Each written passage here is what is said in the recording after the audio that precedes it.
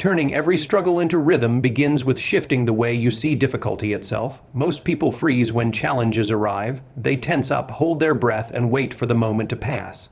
But if you want to transform struggle into rhythm, you start by leaning in instead of stepping back. You learn to feel the pulse underneath the chaos, the hidden beat inside every setback. Every problem has energy. Every obstacle has motion. When you treat hardship as something that moves rather than something that blocks, you gain power over it instead of letting it control you. Rhythm comes from repetition, steady, consistent movement despite pressure.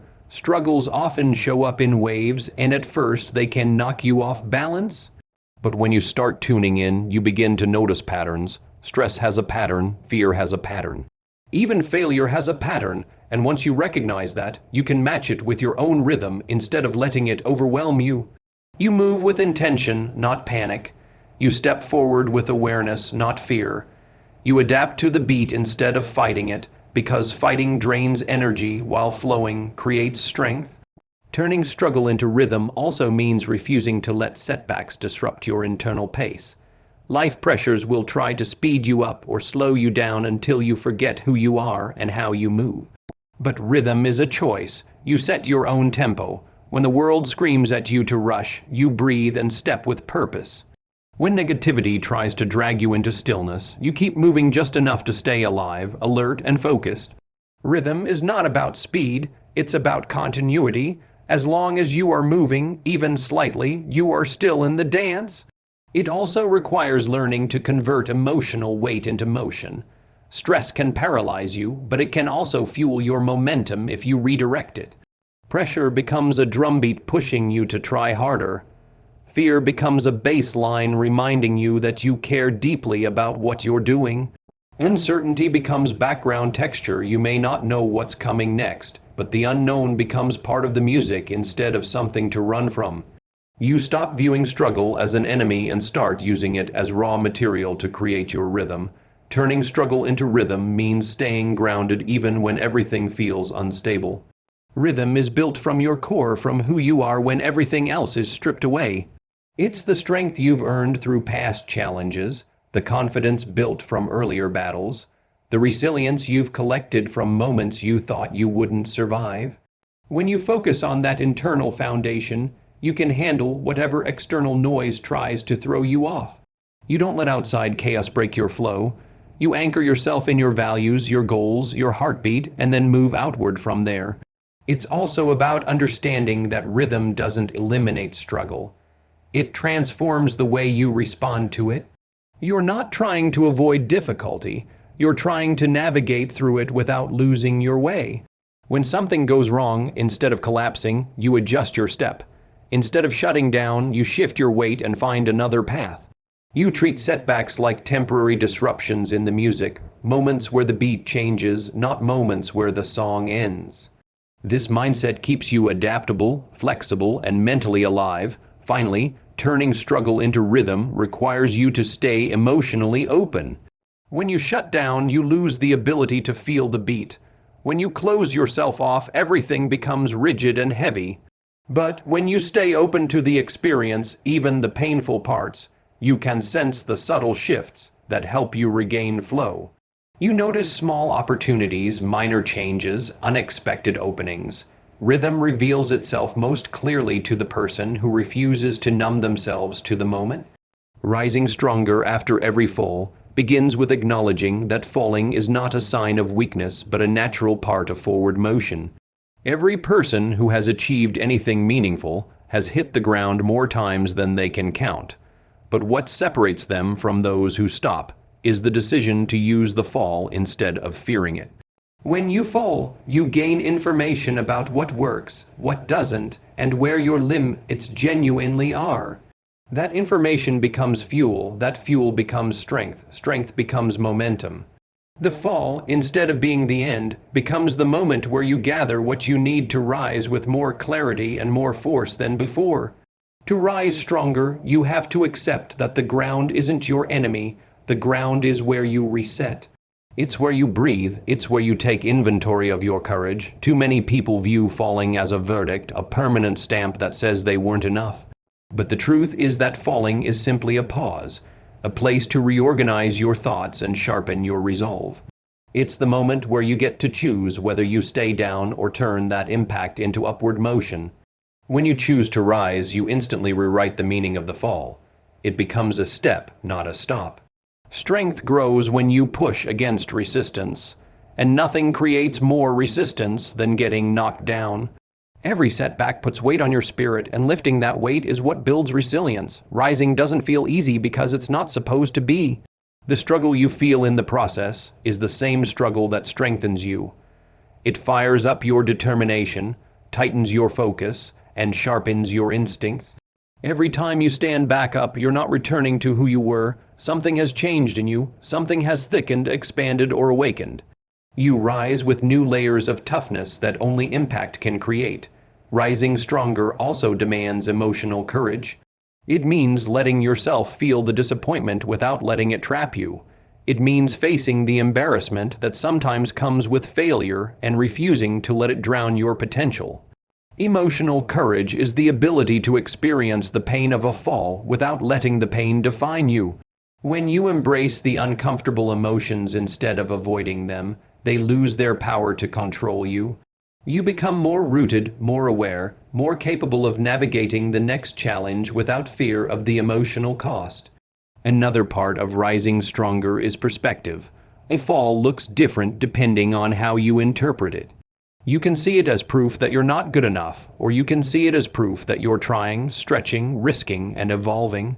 The fall only becomes failure when you attach the wrong meaning to it. When you give it a constructive meaning, a useful meaning, it becomes a stepping stone. Perspective shapes the direction of your energy. When your perspective is built on growth, the energy you generate from a fall becomes forward momentum instead of backward collapse. You also rise stronger by analyzing the fall with honesty, not with self-blame, not with self-pity, but with clarity. You look at what happened not to punish yourself, but to understand how to adjust. Small adjustments build massive improvements. You refine your technique, shift your strategy, recalibrate your expectations. Each layer of learning becomes armor for the next round. Falling reveals blind spots, and rising fills them in. You become not only tougher but smarter, more precise, more aware of how to navigate the path ahead. Rising stronger requires patience as well. Strength doesn't grow instantly. Sometimes you stand back up quickly, and sometimes the rise is slow, like climbing out of deep water. Both are valid, both count. What matters is the decision to keep lifting yourself, even when it feels heavy or when the progress is nearly invisible. Strength often grows in the background, without applause, without witnesses. You become stronger simply by refusing to stay down longer than necessary. Each small push upward accumulates until the rise becomes undeniable. Letting determination set your tempo means building your momentum from within instead of reacting to everything around you. Most people move according to circumstances. They rush when things are urgent, freeze when things go wrong, and slow down when doubt creeps in. But when determination becomes your tempo, you move with consistency regardless of the chaos surrounding you. You decide the beat, you decide the pace. You decide how fast or slow you go based on your purpose, not on pressure. Determination gives you an internal rhythm that anchors you when external forces try to shake you out of your path. Determination isn't loud or flashy.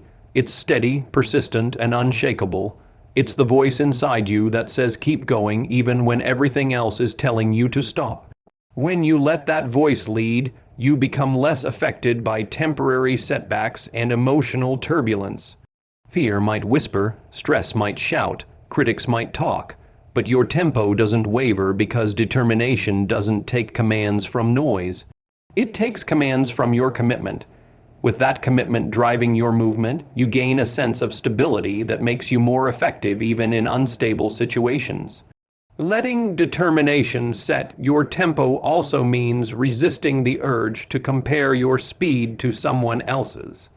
Everyone is moving to a different rhythm, shaped by different experiences and different challenges. Some people achieve goals quickly because their path is clear and their circumstances allow speed. Others move slower because they're carrying heavier weights, navigating harder terrain, or rebuilding from the ground up. When you let external comparisons dictate your pace, you lose your natural rhythm and start stumbling over moves that aren't meant for you.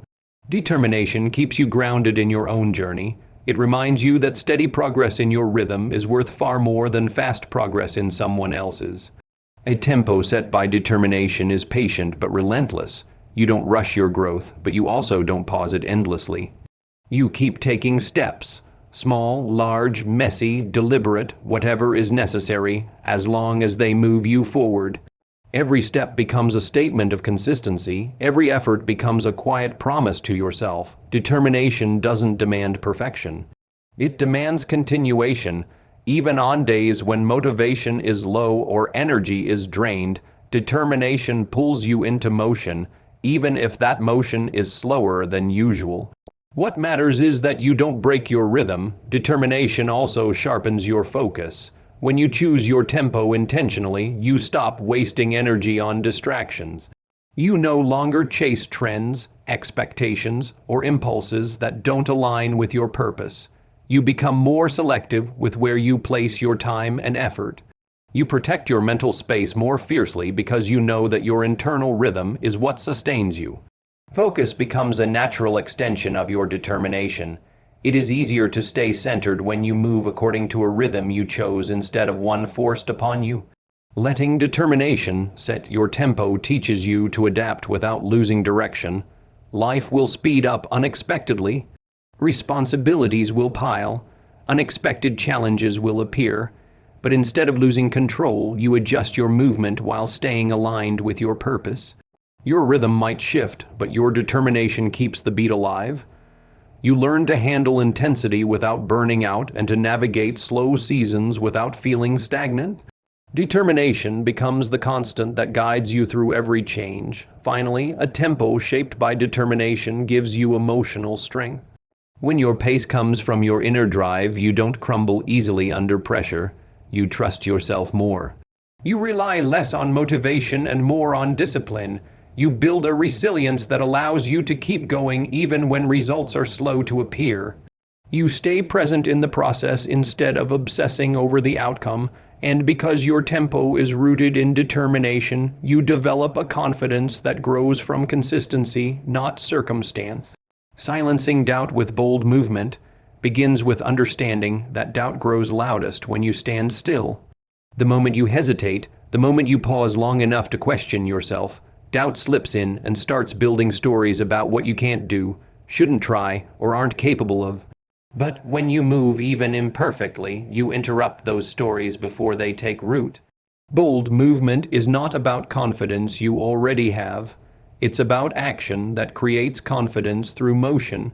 Every step you take is a message to your doubt. You do not get to decide the direction of my life. Bold movement doesn't always mean dramatic leaps or grand gestures.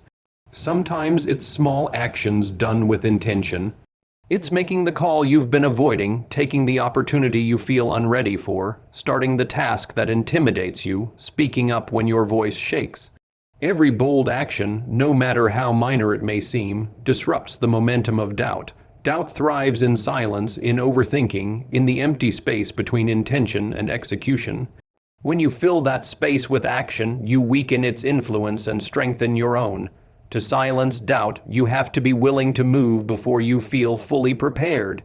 Doubt uses preparation as a trap, convincing you that one more step, one more plan, one more reassurance is needed before you begin. But bold movement understands that clarity is often found in motion, not before it. You learn as you go. You grow as you move, you adapt as you face real conditions instead of imagined fears. When you act first and refine later, doubt loses the power to freeze you at the starting line. Bold movement also means trusting your instincts even when they're not backed by certainty.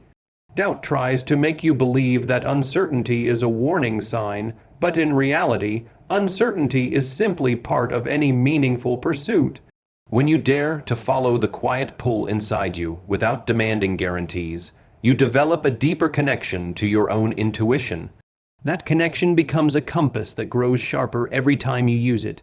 Doubt becomes quieter when your inner voice becomes louder through practice and courage. Another part of silencing doubt through movement is embracing the possibility of failure without letting it dictate your choices. Doubt exaggerates risk. It magnifies worst-case scenarios until they feel impossible to recover from. But bold movement recognizes that failure is not fatal. It is formative. When you move boldly, you understand that even if things don't work out the way you hoped, you will learn, adjust, and rise. That removes the fear-based fuel that doubt depends on. Doubt loses power when failure stops looking like a threat and starts looking like part of growth. Bold movement requires acting in alignment with your values, not your fears. Doubt often pushes you toward inaction by making the feared outcome feel more important than what you truly want. But when you let your values guide your movement, your desire to grow, to express yourself, to change your life, to honor your potential, you override those fears with purpose. Purpose-driven action is louder than fear-driven hesitation. When your movement reflects who you want to become, doubt loses its grip because it cannot compete with conviction. Silencing doubt with bold movement also means repeating actions often enough that they become a pattern. Doubt is persistent, and a single bold moment can silence it temporarily, but consistent boldness weakens it permanently. Each time you move despite hesitation, you build a new internal narrative. I am someone who acts. I am someone who tries. I am someone who steps forward even when things feel uncertain. Over time, this identity becomes stronger than any doubt that rises. Bold movement is ultimately a declaration of self-trust. It says that even if you don't have every answer, you believe in your ability to figure it out. It says you're willing to take the risk of becoming more than you were yesterday. It says your future matters more than your fear. And with each bold step, you create a life where doubt has less space to speak, because your movement speaks louder than your uncertainty ever could. Keeping going when the beat gets tough starts with understanding that difficulty isn't a sign to stop. It's a signal that you're entering a part of your journey where growth is trying to happen. Most people slow down or step back the moment things begin to feel heavy, but heaviness is often proof that you're moving in the right direction. When the beat gets tough, it's not telling you to quit. It's telling you to push through the friction that stands between who you are and who you're becoming.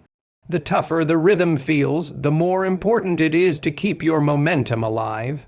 When life intensifies, your first instinct might be to retreat, but you have to resist that instinct if you want to evolve. Hard moments demand endurance. They demand presence. They demand a type of energy that isn't fueled by convenience or comfort, but by conviction. Conviction is what carries you through the moments when motivation disappears and excitement fades. It reminds you why you began in the first place. When the beat gets tough, your why becomes your anchor, stabilizing you so you don't get thrown off rhythm by temporary difficulty. Moving forward during tough times also requires emotional resilience. You will feel frustration, doubt, exhaustion, and sometimes even anger. These emotions don't mean you're collapsing. They mean you're investing effort. Instead of letting these feelings pull you out of the rhythm, you acknowledge them and keep going anyway. Emotional resilience is built not by avoiding discomfort, but by choosing to keep moving while it's present. This practice teaches you that uncomfortable emotions don't have to dictate your decisions. You become stronger simply by refusing to let your internal reactions control your external actions.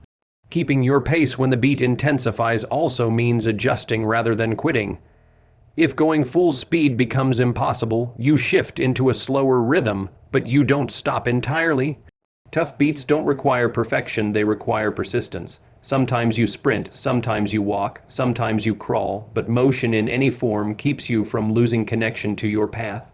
Progress during hard times often looks small or invisible, but it compounds quietly. Every little step you take during difficulty carries more weight than 10 steps taken when everything is easy. Another key part of continuing when the beat gets tough is learning how to breathe through the pressure. Stress can feel overwhelming, tightening your thoughts and shortening your patience. But when you take a moment to breathe and recenter, you interrupt the panic that tries to make you stop. Breathing gives you clarity, and clarity helps you remember that tough rhythms are temporary. They come, they intensify, they challenge you, and eventually they soften. By breathing through the pressure instead of collapsing under it, you maintain control over your pace and your choices. Staying focused when the beat is tough also requires filtering out unnecessary noise. When you're already struggling, distractions become even more damaging. Doubt from others, opinions that don't align with your goals, comparisons that steal your confidence, these things can pull you off rhythm faster than the difficulty itself. When your path becomes hard, you must protect your focus like a shield. You prioritize your goals over the noise. You prioritize your progress over perfection. You prioritize your mission over the momentary discomfort that tries to knock you off course. Continuing through tough beats is also about trusting that the hard parts have purpose. Growth doesn't happen in silence or stillness. It happens when you push into resistance. Muscles strengthen when they are challenged, minds expand when they are stretched, and character deepens when it is tested. When the beat gets tough, you are being shaped, sharpened, and prepared for the next level of your journey. You may not see the transformation happening in real time, but every difficult moment is sculpting you from the inside out. Ultimately, moving forward when the rhythm turns rough teaches you something invaluable about yourself. That you are capable of more than you previously believed. Tough beats reveal your endurance, your grit, and your willingness to stay committed even when everything feels heavy. By continuing through these moments, you build a strength that will carry you through challenges far beyond the ones you're facing now. Your comeback being your loudest step means recognizing that the moments when you rise after a setback speak louder than any success earned without struggle. A comeback carries a different kind of power because it's built from pain, resilience, self-reflection, and the decision to keep going when stopping would be easier. Anyone can shine when the path is smooth, but your true character is revealed when you stand up after being knocked down. That rise sends a message to the world, but even more importantly, it sends a message to yourself. You are stronger than the moment that tried to break you. A comeback begins long before the world notices it.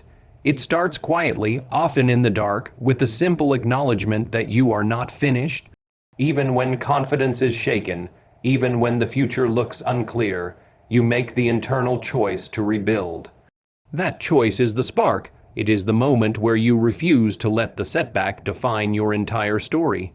From that spark, you begin gathering the small pieces of strength, hope, and determination that will eventually become your next rise. Those early steps are often invisible to others, but they are the foundation of the loud step that follows. To create a powerful comeback, you must face the reality of what knocked you down. Avoiding the truth weakens your foundation, but confronting it strengthens it. You look at what went wrong, not to punish yourself, but to understand what must change. Comebacks are born from honesty about your mistakes, your blind spots, your weaknesses, and your patterns. When you confront these things directly, you gain clarity about what needs rebuilding. That clarity is what turns a comeback from a simple return into true transformation. Your comeback becomes louder when you rebuild with intention. Instead of rushing to prove something to others, you take your time to strengthen the parts of yourself that were exposed. You create better habits, deepen your discipline, sharpen your mindset, and elevate your standards. Each improvement, each adjustment, each lesson learned becomes part of your comeback story. When you rise with that level of intention, you don't just return to where you were, you surpass it. Your comeback becomes a statement of growth rather than a scramble for recovery. Comebacks require patience because rebuilding takes time. Progress during a comeback is rarely linear. Some days you will feel unstoppable. Other days you might question whether you can rise at all. But each step, no matter how inconsistent it feels, is part of the process. Patience allows you to move through setbacks within your setback without giving up on the larger picture. It helps you trust that even slow steps are building the momentum you need. A loud comeback is not rushed. It is crafted with persistence and belief. Your comeback gains volume when you refuse to let the fear of failing again silence you. After a fall, it is natural to fear repetition, to worry that trying again will lead to the same pain. But courage is not the absence of that fear. It is the decision to move anyway. When you step forward with that kind of courage, the step itself becomes a declaration. It says you are willing to bet on yourself again. It says you believe in your resilience. It says you are not defined by the past moment that hurt you. This kind of courage amplifies every part of your rise. A powerful comeback also involves letting go of the identity that was tied to your setback. Sometimes the version of you that fell cannot be the same version that rises. You shed old habits, outdated beliefs, and limiting patterns. You step into a stronger, wiser, more capable version of yourself. This evolution is what makes your comeback loud. It is not just you returning, it is you returning transformed. Others see the change, but even more importantly, you feel it within yourself. Ultimately, your comeback becomes your loudest step because it represents your unwillingness to quit. It is the step that carries the weight of your lessons, the depth of your pain, and the strength of your persistence. It echoes because it proves that no matter how hard you fall, you have the power to rise with greater force than before.